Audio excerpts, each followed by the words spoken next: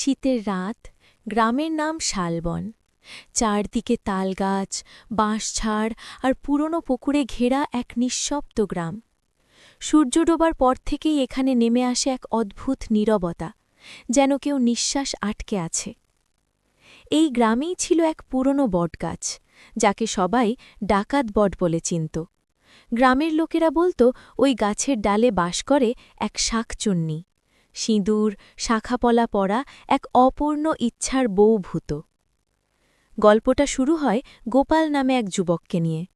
গোপাল ছিল খুব সাহসী, আবার একটু এঙ্গুয়েও। সে এসব ভূতপ্রেতের গল্পে বিশ্বাস করত না। একদিন হাট থেকে ফেরার সময় রাত হয়ে গেল। গ্রামের লোকেরা অনেকবার সাবধান করল, ওই বটগাছের রাস্তা দিয়ে যাস না, শাকচুন্নি ধরে নিয়ে যাবে। গোপাল হেসে বলল, ভূতটুত কিছু নেই, সব বাজে কথা। সেই রাতেই ঘটে গেল অদ্ভুত ঘটনা। গোপাল যখন বটগাছের কাছে পৌঁছল, তখন হঠাৎ চারপাশে ঠান্ডা হাওয়া বইতে শুরু করল। বাতাসে ভেসে আসছিল চন্দনের গন্ধ। গাছের নিচে একটা আলোর ঝলকানি দেখা গেল। গোপাল একটু থমকে দাঁড়াল। হঠাৎ সে দেখল একটা মেয়ে লাল শাড়ি পরে, মাথায় ঘোমটা টেনে বসে আছে, হাতে শাঁখাপলা, সিঁথিতে গাঢ় সিঁদুর। মেয়েটি মিষ্টি গলায় বলল, এই যে, তুমি কি আমাকে একটু সাহায্য করবে? গোপাল অবাক হয়ে বলল, কে তুমি? এত রাতে এখানে কি করছ?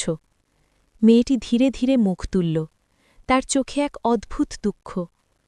আমার বিয়ে হয়নি, বর পালিয়ে গেছে, আমি এই গাছের সঙ্গে বাধা পড়ে আছি। তুমি কি আমাকে বিয়ে করবে? গোপাল প্রথমে ভয় পেল, কিন্তু মেয়েটির কষ্ট দেখে তার মন নরম হয়ে গেল। সে ভাবল, এ তো একজন অসহায় মেয়ে। ঠিক আছে, গোপাল বলল, আমি তোমাকে বিয়ে করব। মেয়েটির ঠোঁটে এক অদ্ভুত হাসি ফুটে উঠল। সেই রাতেই গাছের নিচে শুরু হল এক অদ্ভুত বিয়ে। কোথার থেকে যেন বাজতে লাগল শাঁখ, উলুদধ্বনি। বাতাসে ঘুরে বেড়াতে লাগল অদৃশ্য ছায়ারা। গোপাল দেখল চারপাশে যেন অনেক লোক দাঁড়িয়ে আছে, কিন্তু কাউকে স্পষ্ট দেখা যাচ্ছে না। একজন অদৃশ্য পুরোহিত মন্ত্র পড়তে লাগল। গোপাল আর সেই মেয়েটি, যে আসলে শাকচুন্নি, ৭ পাক ঘুরল। বিয়ে শেষ হওয়ার পর মেয়েটি বলল, এখন থেকে তুমি আমার স্বামী, কখনো আমাকে ছেড়ে যাবে না। পরদিন সকালে গোপালকে গ্রামের লোকেরা বটগাছের নিচে অজ্ঞান অবস্থায় খুঁজে পেল। তাকে বাড়িতে নিয়ে যাওয়া হল।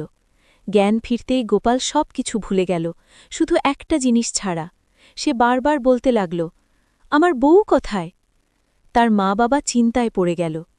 কয়েকদিন পর থেকে গোপাল অদ্ভুত আচরণ করতে শুরু করল। সে রাতে একা একা বাইরে চলে যেত, কারো সাথে কথা না বলে হাসত। একদিন তার মা লুকিয়ে দেখল গোপাল বটগাছের নিচে দাঁড়িয়ে কারো সাথে কথা বলছে। তুমি এসেছ? গোপাল বলছে, আজ আমরা কোথায় যাব? কিন্তু সেখানে কেউ নেই। মা ভয়ে কাঁপতে লাগল। এরপর থেকে প্রতিদিন রাতে গোপাল সেই গাছের কাছে যেত। তার শরীর দিন দিন শুকিয়ে যাচ্ছিল, চোখের নিচে কালি পড়ে গেছে। গ্রামের এক বুড়ো তান্ত্রিককে ডাকা হল।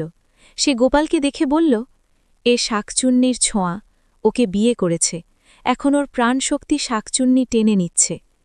গোপালের পরিবার কাঁদতে লাগল। এখন কি হবে? তান্ত্রিক বলল, আজ রাতে আমি ব্যবস্থা করব, কিন্তু কেউ বাইরে বেরোবে না। সেই রাতে তান্ত্রিক বটগাছের নিচে পুজো শুরু করল। মন্ত্র পড়তে পড়তে হঠাৎ বাতাস জোরে বইতে লাগল। চারপাশে কুকুরের হাউ হাউ ডাক। হঠাৎ সেই লাল শাড়ি পরা মেয়েটি আবির্ভূত হল। ও আমার স্বামী, সে চিৎকার করে বলল, তোমরা তাকে আমার কাছ থেকে নিতে পারবে না। তান্ত্রিক বলল, তুমি অপূর্ণ আত্মা, তুমি ওকে ছেড়ে দাও।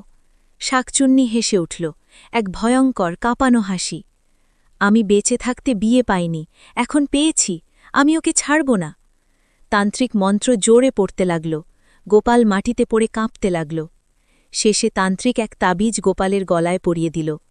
হঠাৎ একটা বিকট চিৎকার করে শাকচুন্নি অদৃশ্য হয়ে গেল। সব কিছু শান্ত হয়ে গেল। গোপাল ধীরে ধীরে জ্ঞান ফিরে পেল। এবার সে আর কিছুই মনে করতে পারল না। তান্ত্রিক বলল, ওকে বাঁচানো গেছে, কিন্তু ওই গাছের কাছে আর কখনো যেতে দেবে না। তারপর থেকে গোপাল স্বাভাবিক জীবনে ফিরে এলো। কিন্তু গ্রামের লোকেরা আজও বলে, পূর্ণিমার রাতে সেই বটগাছের নিচে লাল শাড়ি পরা এক মেয়েকে দেখা যায়। সে নাকি এখনও অপেক্ষা করে তার অসমাপ্ত বিয়ের জন্য।